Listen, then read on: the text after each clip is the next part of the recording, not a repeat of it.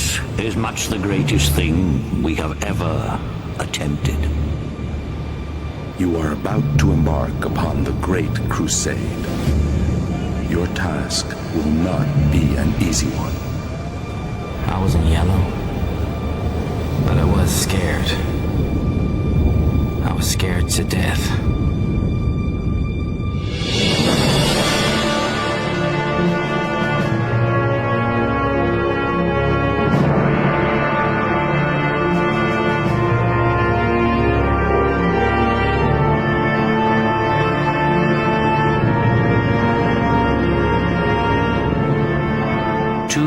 After the ordeal of Dunkirk, Britain struggles on.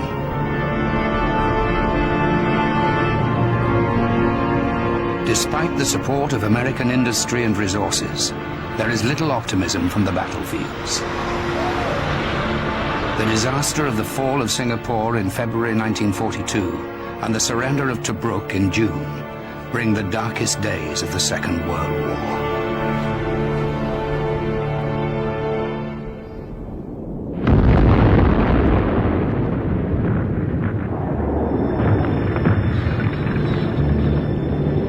But in southern Russia, Hitler's armies are being bled dry in a vicious fight against the Soviet Union. As 1942 wears on, the German advance in the east slows.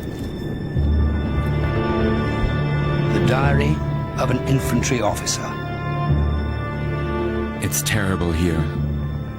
Russians resisting hard. They're getting reinforcements all the time. One of our companies wouldn't fight. Very shameful. Every single one of us is tense.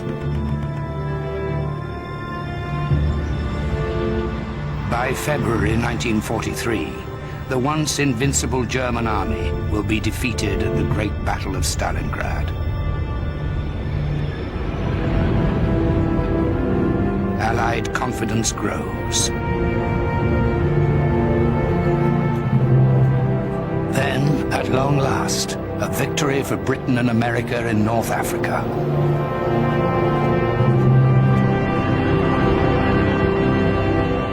General Alexander in a telegram to Prime Minister Winston Churchill.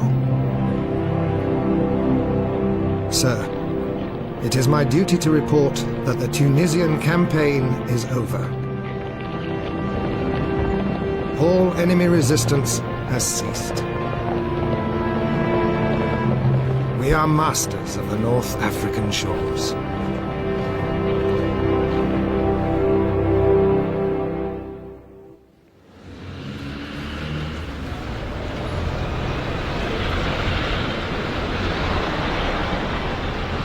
At home, a new mood of confidence galvanizes the nation.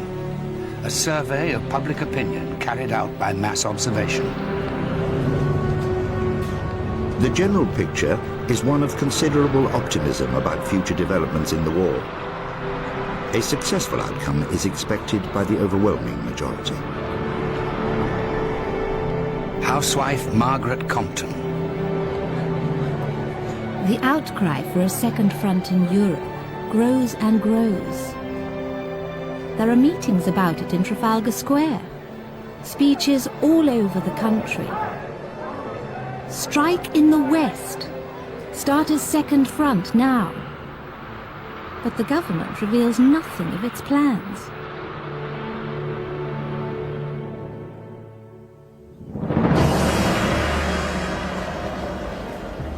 But secret planning for a major assault on Western Europe has begun in earnest.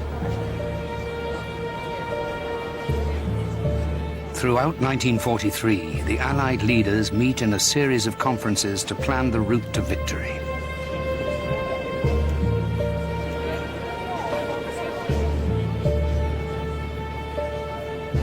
Churchill and US President Franklin Roosevelt confirm the Germany First policy, convinced that Japan will capitulate after Germany is defeated. General Alan Brooke accompanies Churchill to the Casablanca Conference. The back of the work here is broken. and thank God for it. It has been one of the most difficult tasks I've had to do. Although our discussions have become somewhat heated at times, our relations have never been strained. I hope we shall leave here with a more united outlook to the war. During the conference, the British persuade a reluctant United States to begin the assault on Europe in Sicily, before an attack on occupied France.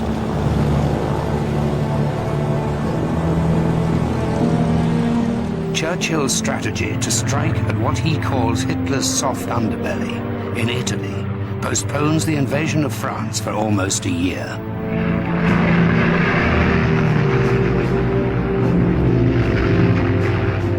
But it buys vital time for the build-up of resources and manpower.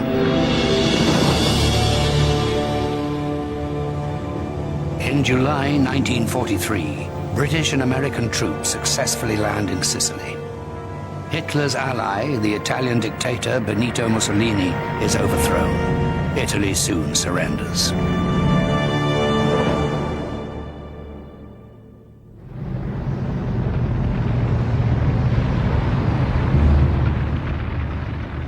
Churchill and Roosevelt now turn their attention to preparing for a massive invasion of France within a year. A report of the Combined Chiefs of Staff Quebec Conference, August 1943. This operation will be the primary United States and British ground and air effort against the Axis of Europe. Following the establishment of strong Allied forces in France, operations designed to strike at the heart of Germany and to destroy her military forces will be undertaken. We have approved the outline plan for Operation Overlord.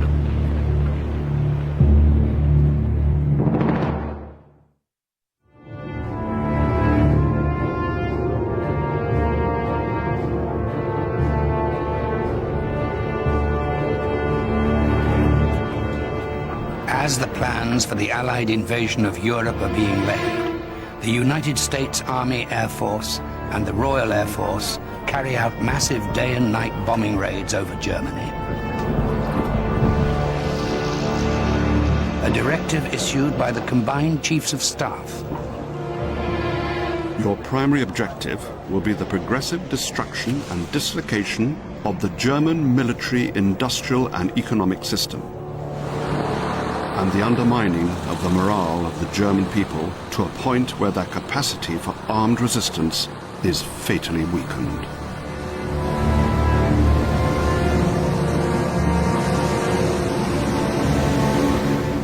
Len Hadland on night bombing duty with the RAF.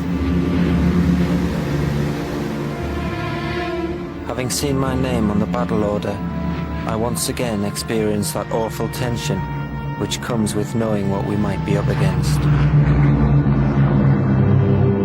And the possibility that we might not return.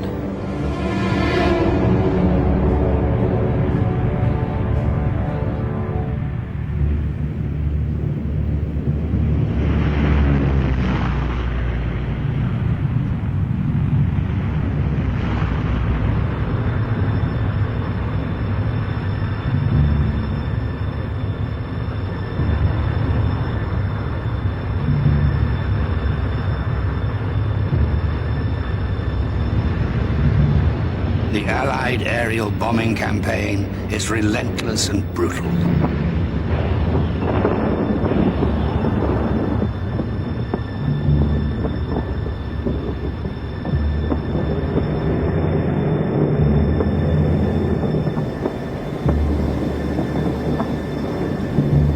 Among the British people, memories of their own horrific experiences during the Blitz evoke sympathy for German civilians from some, but none at all from others. 2 anonymous contributions to the Mass Observation Survey. They didn't think twice when they bombed us. All's fair in love and war. I feel terrible when I think of what those poor bastard women and children must be going through. I only hope that what they say is right. and all the kids have been evacuated.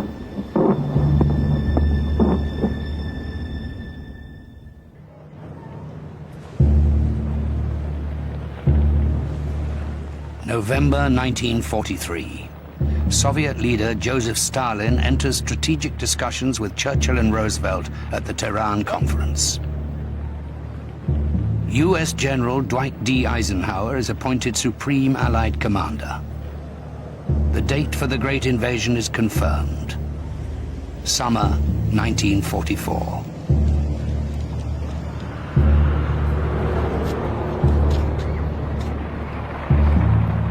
Britain becomes a vast military camp in preparation for Operation Overlord. Allied troops gather from Poland, France, Canada, and the United States. The long wait begins.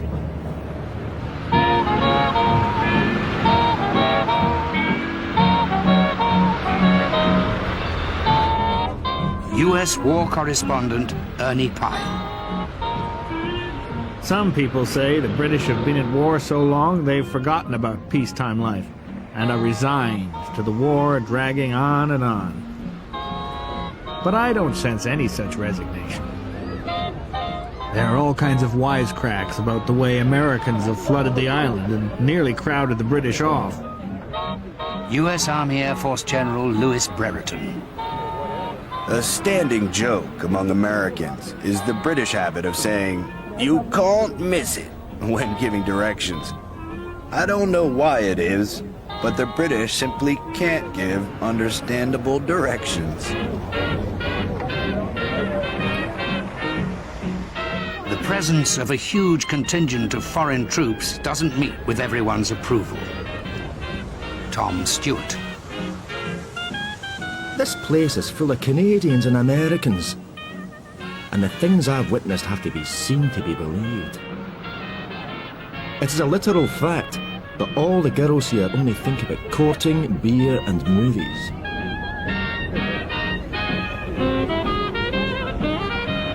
Maureen Bolster in a letter to her boyfriend in the RAF.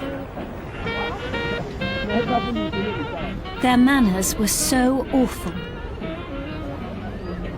They did nothing but criticize England the whole time. I was simply bristling with patriotism.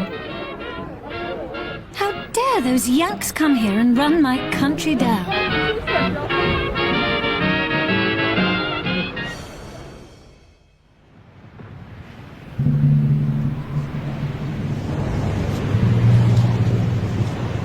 For visiting servicemen, accusations of rudeness and fraternization are the least of their worries.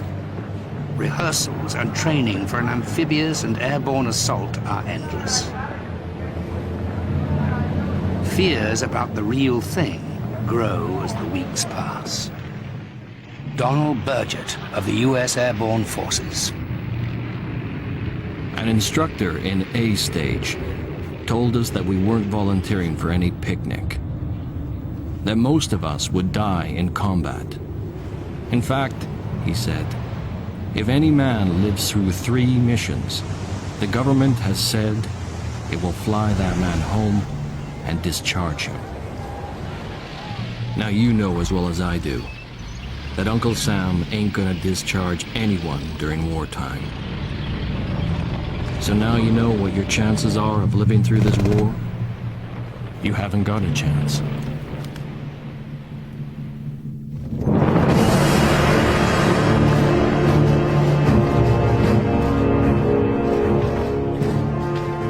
In occupied France, German troops have been enjoying the comfortable life of conquerors for almost 4 years.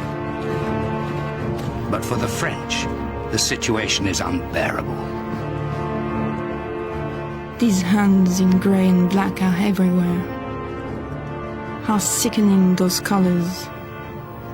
There is no escape from the Germans that jostle and elbow you, these victors, murderers of relatives, friends and brothers.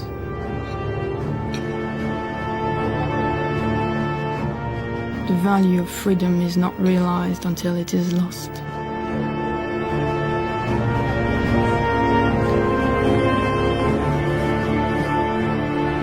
By the beginning of 1944, following yet more losses on the Eastern Front, Hitler knows that soon he will also have to face an Allied invasion in the West. Hitler to his generals. The threat from the east remains, but an even greater danger looms in the west, the Anglo-American landing.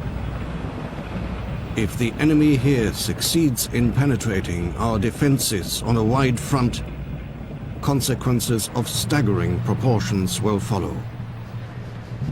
All signs point to an imminent offensive against the western front of Europe.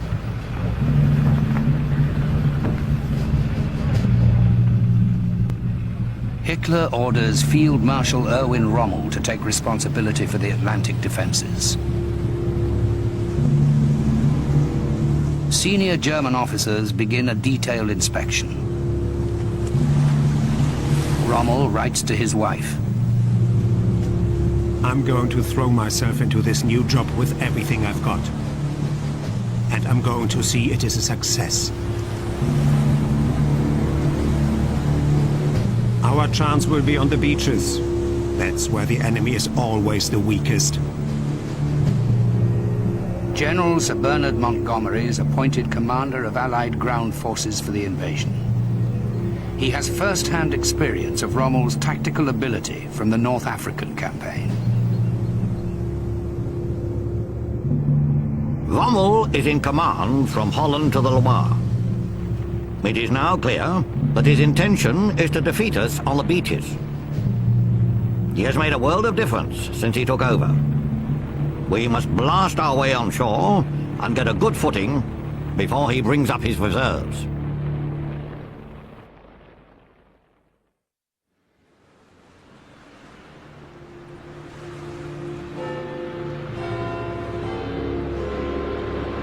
While the Germans know that there will be an Allied attack, they can only guess where or when it will take place.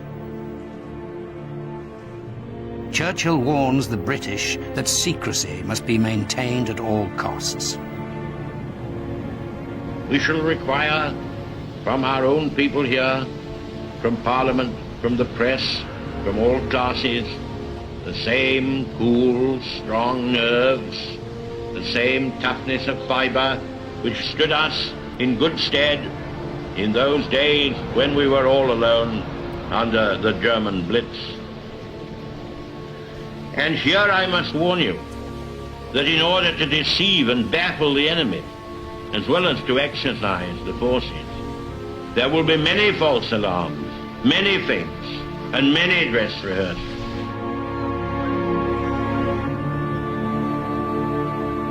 Under Churchill's Operation Bodyguard, elaborate deceptions are created with the intention of preventing Hitler from discovering the date and location of the invasion.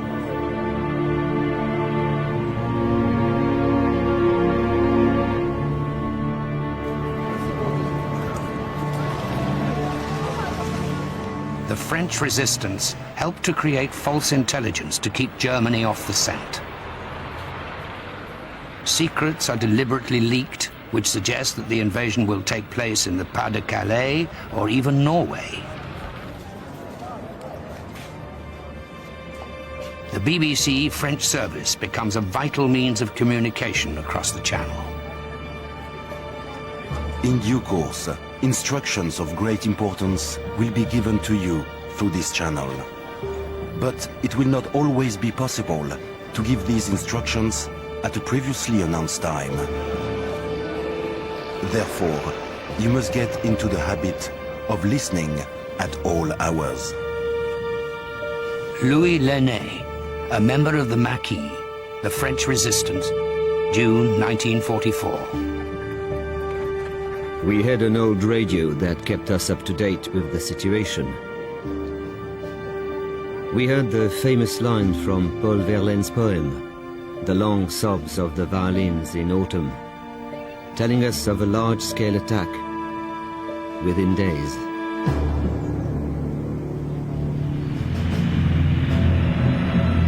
Across Britain, tension grows as security tightens. Louis Brereton.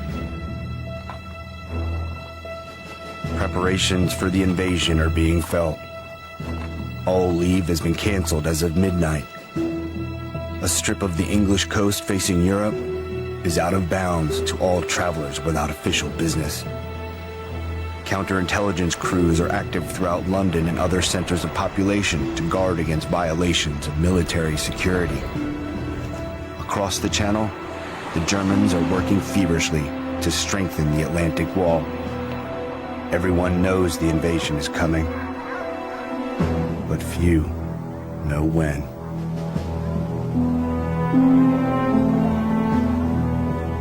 The Allies brace themselves for the biggest test of the war. Churchill, in a telegram to Roosevelt.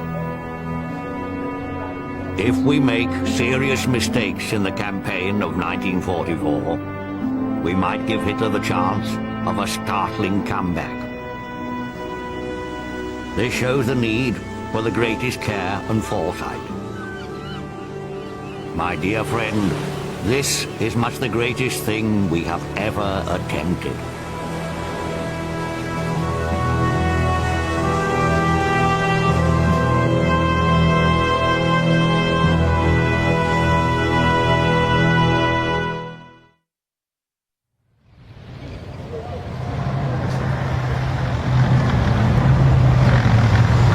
Hello, BBC. This is Godfrey Talbot reporting from Rome. Allied troops have occupied Rome, which was the fascist capital. And are these people here delighted?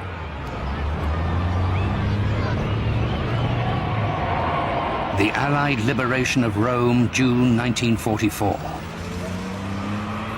It is welcome news for anxious comrades at home in Britain.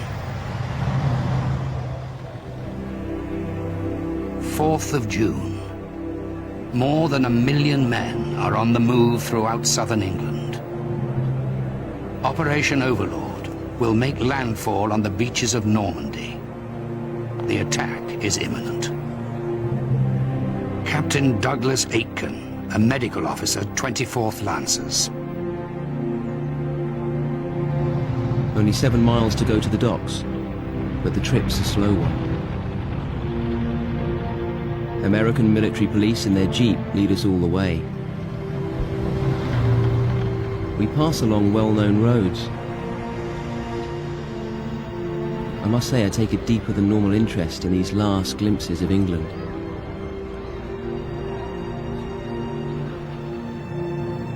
I occasionally find myself thinking foolish thoughts about not coming back, or being away for a hell of a long time.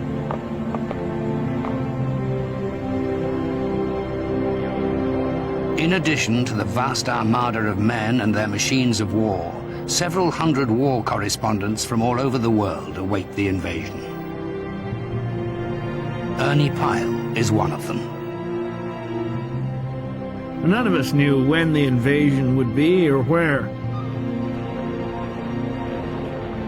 Some of the eager ones tried to pull strings to get front seats in the invasion armada. Others, with better judgment, just kept quiet and let matters take their course. Captain Smith, number 4 Commando. There was more than the usual quota of farewells banded between friends. I have never loved Britain so truly as at that moment. It was exhilarating, glorious, and heartbreaking.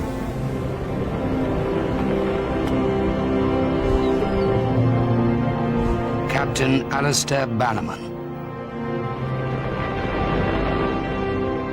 The deck is packed with tractors, jeeps, personnel carriers, guns and tanks.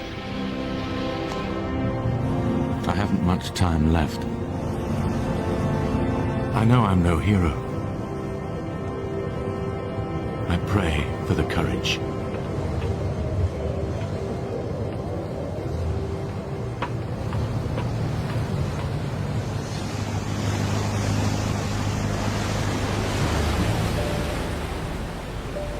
The invasion plan requires the high tides of a full moon and a clear night. but the weather deteriorates. Eisenhower postpones the departure of the troops from English shores by 24 hours. Any further delay will rule out an invasion for a month.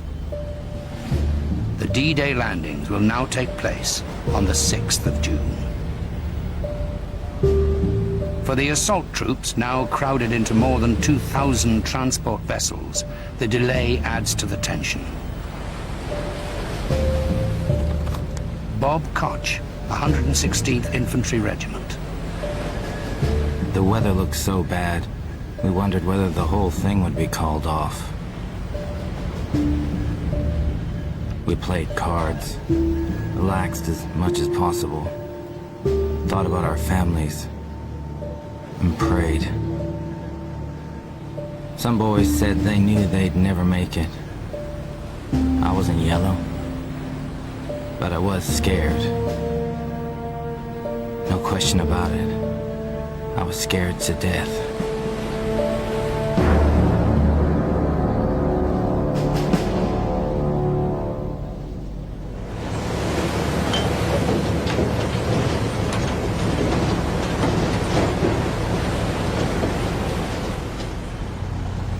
Of June, D-Day -1.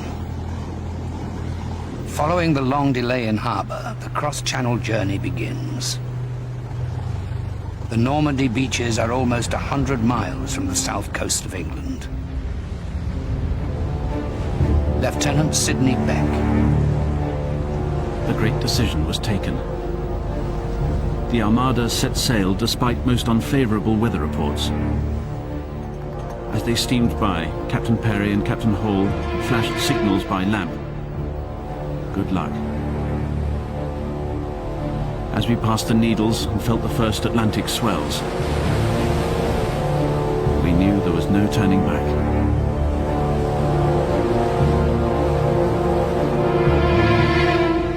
The Solent was chock-a-block with ships of all shapes and sizes, all straining at the leash, waiting for the greatest amphibious operation the world had ever seen.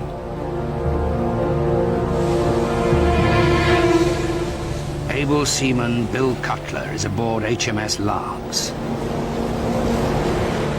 What a task we have ahead of us. What losses are we to suffer? All are going in fully knowing the task set. We will not fail.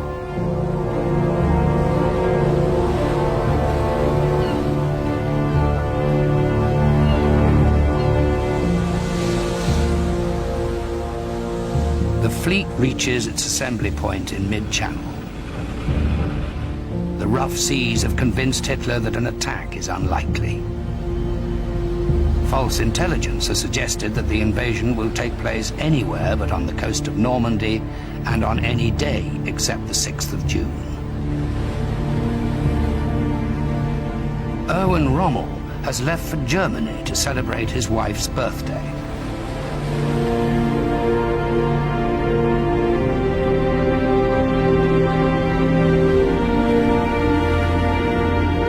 Order of the day is issued by Supreme Commander General Eisenhower.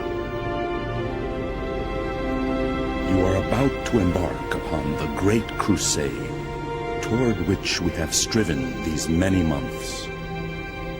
The eyes of the world are upon you. The hope and prayers of liberty-loving people everywhere march with you.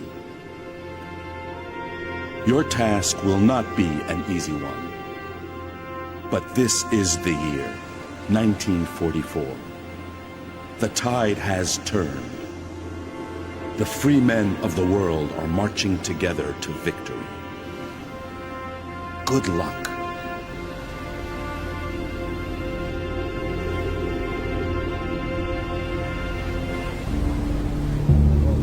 As more than 2,000 Allied ships head to the French coast under cover of darkness, British and American airborne troops prepare to take off for France. Private George Alex, 82nd Airborne Division. I was getting nervous. butterflies in my stomach. We were told that the entire coast of France was mined. Fields were flooded to keep our gliders from landing. We didn't know what to expect, so we expected the worst.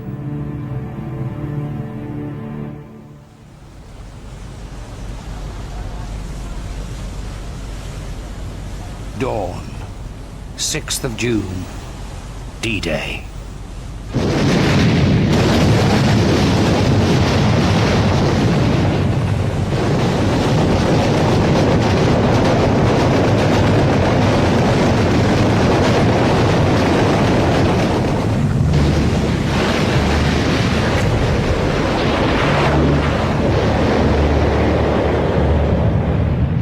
Massive Allied air power is unleashed on northern France. Nearly 200 ships bombard 50 miles of the Normandy coastline. Bill Cutler. Battleships, cruisers, destroyers, pounding away at the enemy beaches. Goodness knows how any living thing can stand up to such terrific battering. Lieutenant Cyrus Eidlert, USS Bayfield. It was like 1,000 4th of Julys rolled into one. The resounding blasts, terrifying. The ship shook and quivered, as if she knew what was happening.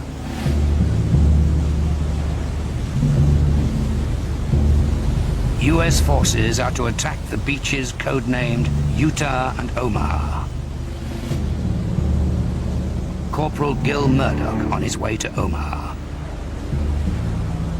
The transporters cut engines.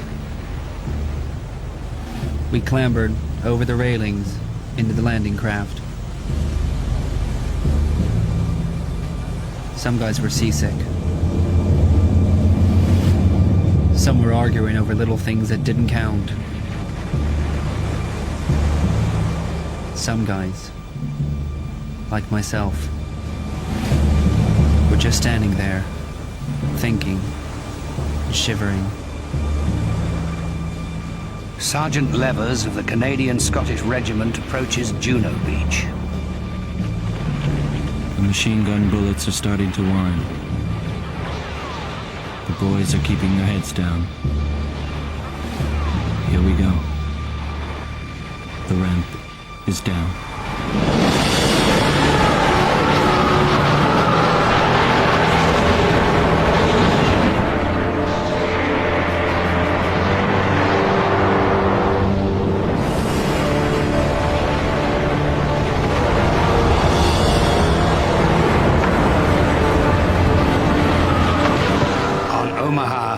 Sergeant Harry Bear. My radio man had his head blown off 3 yards from me. The beach was covered with bodies. Men with no legs, no arms. Lieutenant Alex Sudborough, number 45 Commando, Royal Marines, Sword Beach.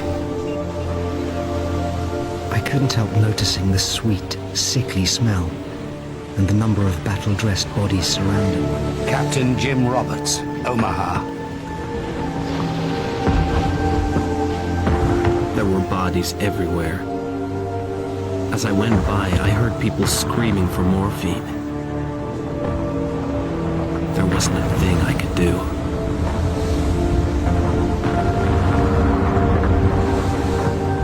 Lieutenant John Pelly of the Royal Navy is aboard HMS Eglinton, watching the return of the landing craft from the first assault wave. I'll never forget the chaos. A mixture of blood and fuel, with legs and heads sticking out. They came alongside. We hauled the wounded out and placed them on the deck in their awful suffering, doing what little we could.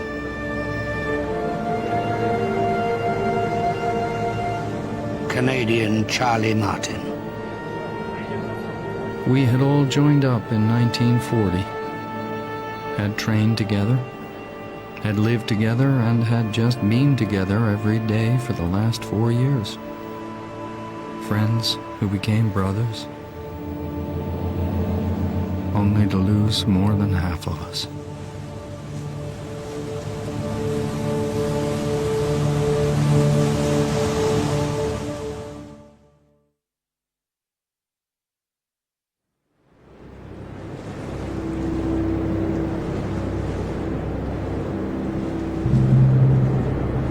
BBC Home Service.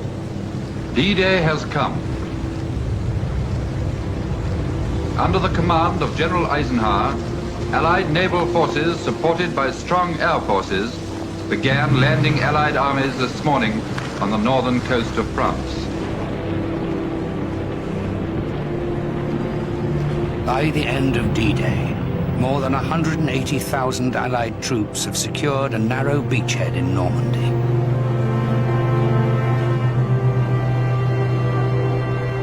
In some places, they have advanced up to 5 miles inland. Although the airborne assault has been fraught with difficulty, most units have been joined by land troops.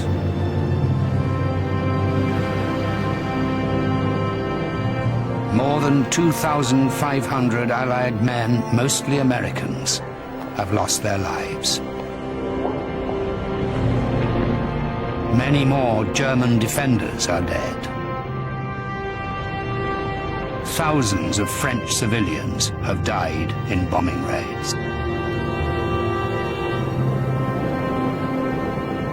But the Allies' veil of secrecy around the invasion had so effectively convinced Hitler and his high command that the attack would come in the Pas-de-Calais, the Germans have limited resources for a counterattack.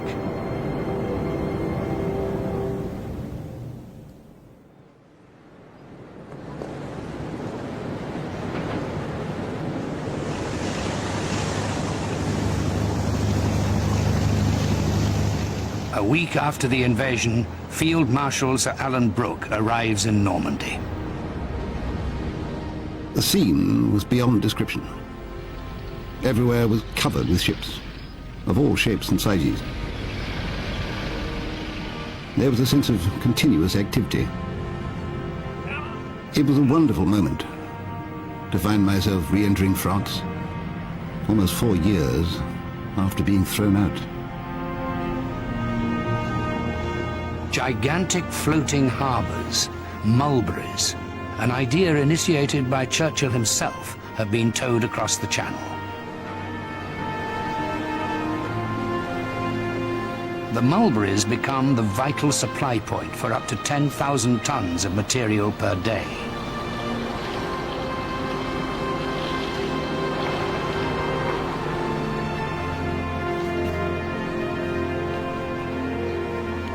Inland, Allied troops are adapting to their role as liberators.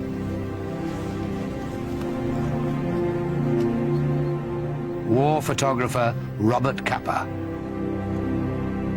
We received a little book telling us how to address the natives. Bonjour, monsieur. Nous sommes les amis américains. That was for addressing the men.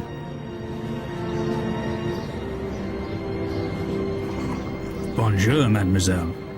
Voulez-vous faire une promenade avec moi? That was for the girls. The first one meant, Mister, don't shoot me. And the other could mean anything.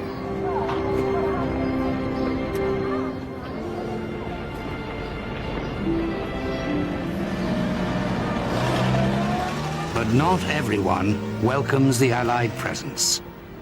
Sir Alan Brooke.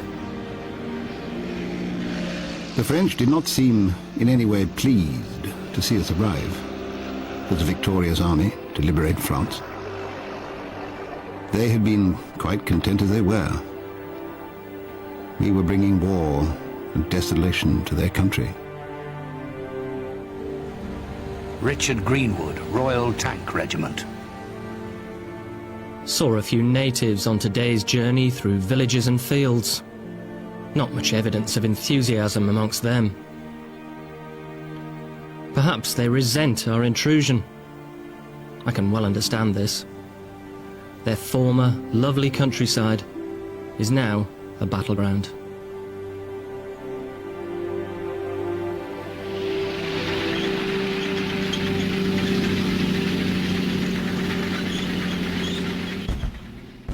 Over the coming weeks, the land battle intensifies. The German army repeatedly attempts fierce counterattacks.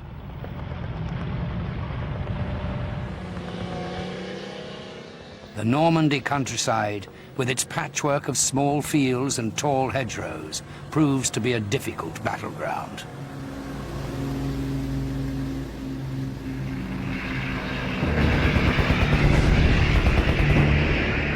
But overwhelming Allied air power is crucial in the battle. Field Marshal von Kluge replaces Rommel in July. He writes to Hitler, "In the face of the enemy's complete command of the air, there is no possibility of our finding a strategy to counterbalance its truly annihilating effect, unless we retreat.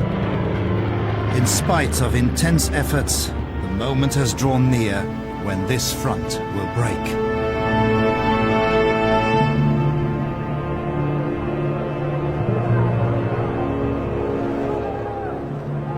German confidence is ebbing. Of those captured, many are young and inexperienced. Some are East Europeans forced into fighting for Hitler's cause.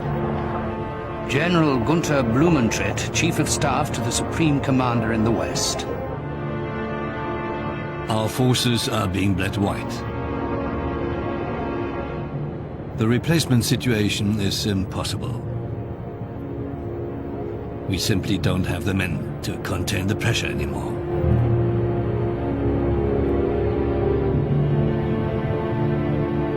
By late July, the Allies achieve a breakthrough. Saint-Lô and Caen are captured, but the victories come at a price. In the assault on Saint-Lô, more than 3,000 Americans are killed.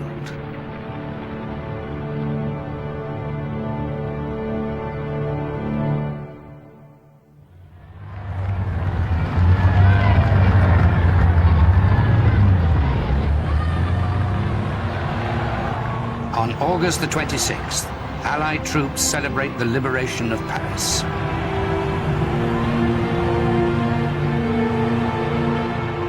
General Charles de Gaulle, the exiled commander of Free French forces, returns to lead the triumphant parade.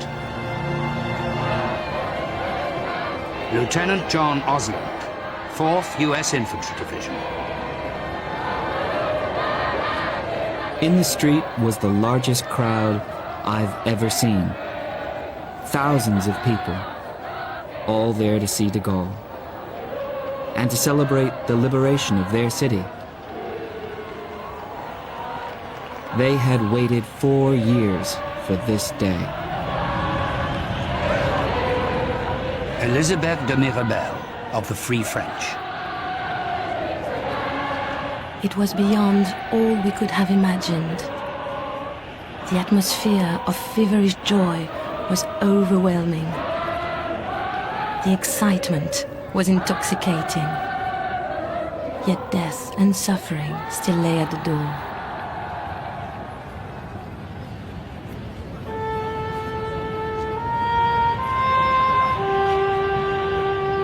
The battle for Normandy has been a long and bitter fight. Almost 500,000 Allied and German troops are dead, injured, or missing in action. Though the war is not yet over, and it will be many months before the Allies reach Berlin, the events of D-Day and the battle for Normandy are the beginning of the end for Hitler's Third Reich.